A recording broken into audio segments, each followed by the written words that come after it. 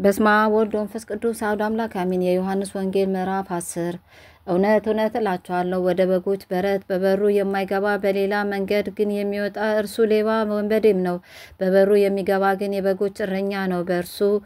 ለእርሱ በረኛው ይከፈትለታል፣ በጎቹም ድምፁን ይሰሙታል። የራሱን በጎች በየስማቸው ጠርቶ ይወስዳቸዋል። የራሱንም ሁሉ ካወጣቸው በኋላ በፊታቸው ይሄዳል። በጎቹም ድምፁን ያውቃሉና ይከታተሉታል። ከሌላው ግን ይሸሻሉ እንጂ አይከተሉትም፣ የሌሎችን ድምፅ አያውቁምና። ኢየሱስ ይህን ምሳሌ ነገራቸው፣ እነርሱ ግን የነገራቸውን ምን እንደሆነ አላስተዋሉም። ኢየሱስም ደግሞ አላቸው፣ እውነት እውነት እላችኋለሁ እኔ የበጎች በር ነኝ። ከኔ በፊት የመጡ ሁሉ ሌቦችና ወንበዴዎች ናቸው፣ ዳሩ ግን በጎቹ አልሰሙም አላቸው። በሩ እኔ ነኝ። በእኔ የሚገባ ቢኖር ይድናል፣ ይገባልም ይወጣልም መሰማሪያም ያገኛል። ሌባው ሊሰርቅና ሊያርድ ሊያጠፋም እንጂ ስለሌላው አይመጣም። እኔ ሕይወት እንዲሆንላችሁ እንዲበዛላቸውም መጣው። መልካም እረኛ እኔ ነኝ። መልካም እረኛ ነፍሱን ስለ በጎቹ ያኖራል። እረኛ ያልሆነውም በጎቹም የእርሱ ያልሆነውም ሙያተኛ ግን ተኩላ ሲመጣ ባየ ጊዜ በጎቹን ትቶ ይሸሻል፣ ተኩላም ይነጥቃቸዋል፣ በጎቹንም ይበትናቸዋል። ሙያተኛም ስለሆነ ለበጎቹ ስለማይገደው ሙያተኛው ይሸሻል። መልካም እረኛ እኔ ነኝ፣ አብም እንደሚያውቀኝ እኔም አብን እንደማውቀው የራሴ በጎችን አውቃለሁ፣ የራሴ ሴም በጎች ያውቁኛል። ነፍሴም ስለ በጎች አኖራለሁ። ከዚህም በረት ያልሆኑ ሌሎች በጎች አሉኝ፣ እነርሱን ደግሞ ላመጣ ይገባኛል። ድምፄን ይሰማሉ፣ አንድም መንጋ ይሆናሉ። እረኛውም አንድ ነፍሴን ደግሞ አነሳት ዘንድ አኖራለሁና፣ ስለዚህ አብ ይወደኛል፣ እኔ በፈቃዴ አኖራታለሁ እንጂ ከእኔ ማንም አይወስዳትም።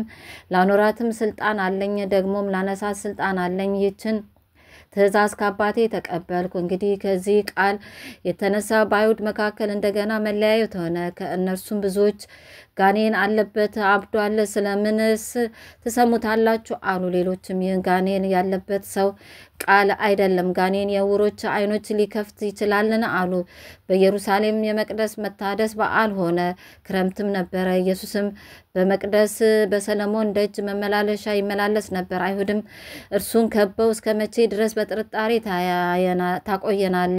አንተ ክርስቶስ እንደሆንክ ገልጠ ንገረን አሉት። ኢየሱስ መለሰላቸው እንዲህ ሲል፣ ነገርኳችሁ አታምኑም። እኔ በአባቴ ስም የማደርገው ስራ ይህ ስለ እኔ ይመሰክራል። እናንተ ግን እንደ ነገርኳችሁ ከበጎቼ ስላልሆናችሁ አታምኑም። በጎቼ ድምፄን ይሰማሉ፣ እኔም አውቃቸዋለሁ፣ ይከተሉኝማል። እኔም የዘላለም ሕይወትን እሰጣቸዋለሁ፣ ለዘላለምም አይጠፉም። በእጄም ማንም አይነጥቃቸውም። የሰጠኝን አባቴ ከሁሉ ይበልጣን፣ ከአባቴም እጅ ሊነጥቃቸው ማንም አይችልም። እኔምና አብ አንድ ነን። አይሁድ ሊወግሩት ደግመው ድንጋይ አነሱ።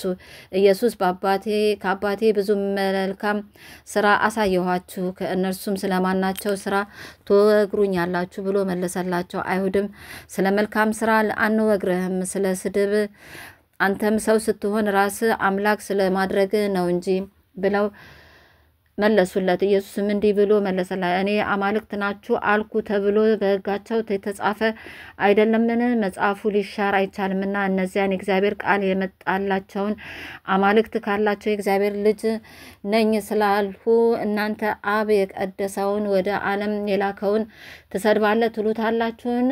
እኔ የአባቴን ስራ ባላደርግ አትመኑኝ፣ ባደርገው ግን እኔን እንኳን ባታምኑ አብ በእኔ እንደሆነ እኔም በአብ እንደሆንኩኝ ታውቁና ታስተውሉ ዘንድ ስራውን እመኑ። እንግዲህ ደግመውም ሊይዙት ፈለጉ፣ ከእጃቸውም ወጣ። ዮሐንስ በመጀመሪያ ያጠምቅባት ወደ ነበረው ስፍራ ወደ ዮርዳኖስ ማዶ እንደገና ሄደ፣ በዚያም ኖረ። ብዙ ሰዎች ወደ እርሱ መጥተው ዮሐንስን አንድ ምልክት እንኳን አላደረገም፣ ነገር ግን ዮሐንስ ስለዚህ ሰው በተናገረው ሁሉ እውነት ነበረ አሉ። በዚያም ብዙዎች በእርሱ አመኑ።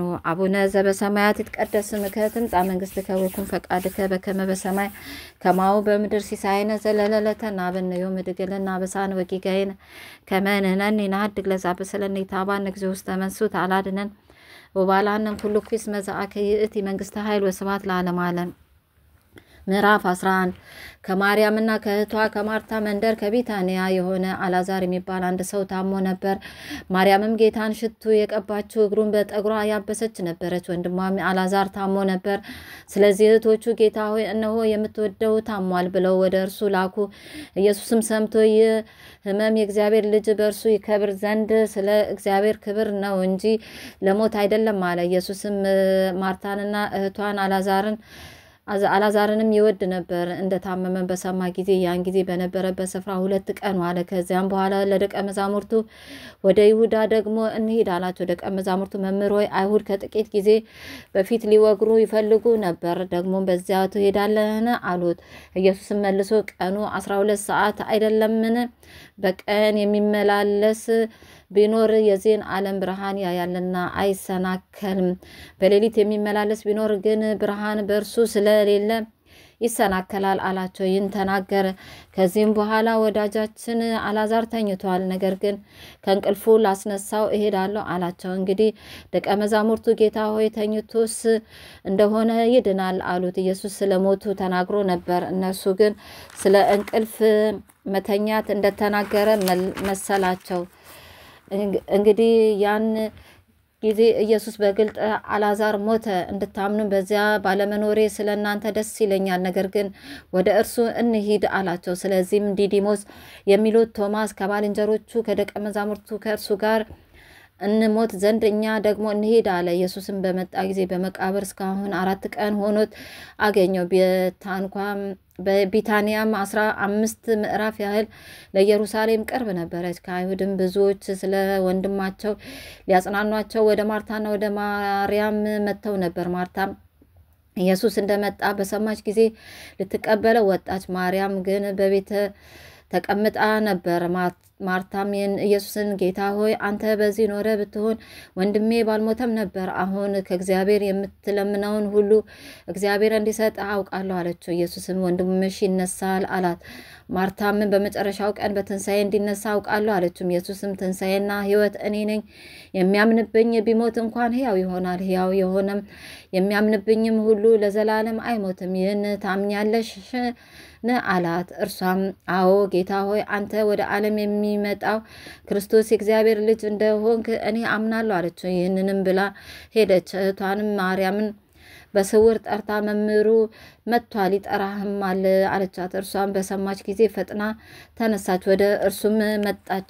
ኢየሱስም ማርታ በተቀበለችበት ስፍራ ነበረ እንጂ ገና ወደ መንደሩ አልገባም ነበር። ሲያጽናኗት ከእርሷ ጋር በቤት የነበሩ አይሁድ ማርያም ፈጥና እንደተነሳችና እንደወጣች ባዩ ጊዜ ወደ መቃብር ሄዳ በዚያ ልታለቅስ መስሏቸው ተከተሏት። ማርያም ኢየሱስ ወዳለበት መታ ባየችው ጊዜ በእግሩ ላይ ወድቃ ጌታ ሆይ አንተ በዚህ ኖረ ብትሆን ወንድሜ ባልሞተም ነበር አለችው። ኢየሱስም እርሷን ስታለቅስ ከእርሷ ጋር የመጡት አይሁድ ሲያለቅሱ አይቶ በመንፈሱ አዘነ፣ በራሱም ታወከ። ወዴት አኖራችሁት አለም።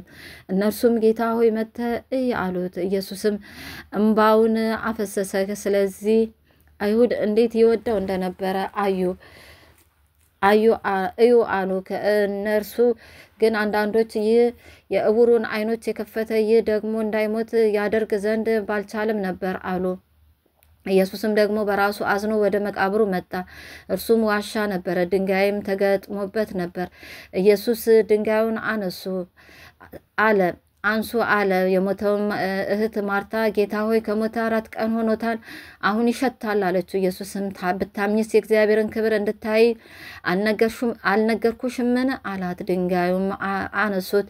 ኢየሱስም አይኖቹን ወደ ላይ አንስቶ አባት ሆይ ስለ ሰማኸኝ አመሰግናለሁ፣ ሁሉ ጊዜ እንድትሰማኝ አወቅኩ። ነገር ግን አንተ እንደላከኝ ያምኑ ዘንድ በዚህ ዙሪያ ስለቆሙት ሕዝብ ተናገርኩ አለ። ይህንን ብሎ በታላቅ ድምፅ አላዛር ሆይ ወደ ውጭ ና ብሎ ጮኸ። የሞተውም እጆቹን እግሮቹን በመግነዝ እንደተገነዙ ወጣ፣ ፊቱም በጨርቅ እንደተጠመጠመ ነበረ። ኢየሱስም ፍቱትና ይሂድ ተዉት አላቸው። ስለዚህ ወደ ማርታም ከመጡት ኢየሱስም ያደረገውን ካዩት ከአይሁድ ብዙዎች በእርሱ አመኑ። ከነርሱ አንዳንዶቹ ግን ወደ ፈሪሳውያን ሄደው ኢየሱስ ያደረገውን ነገሯቸው። እንግዲህ የካህናት አለቆች ፈሪሳውያን ሸንጎ ሰብስቦ ምን እናድርግ? ይህ ሰው ብዙ ምልክቶችን ያደርጋል፣ እንዲህ ብንተው ሁሉ በእርሱ ያምናሉ። የሮሜ ሰዎች መጥተው አገራችንን ወገናችንን ይወስዳሉ አሉ። በዚያችም ዓመት ሊቀ ካህናት የነበረ ቀያፋ የሚሉት ከእነርሱ አንዱ እናንተ ምንም አታውቁም?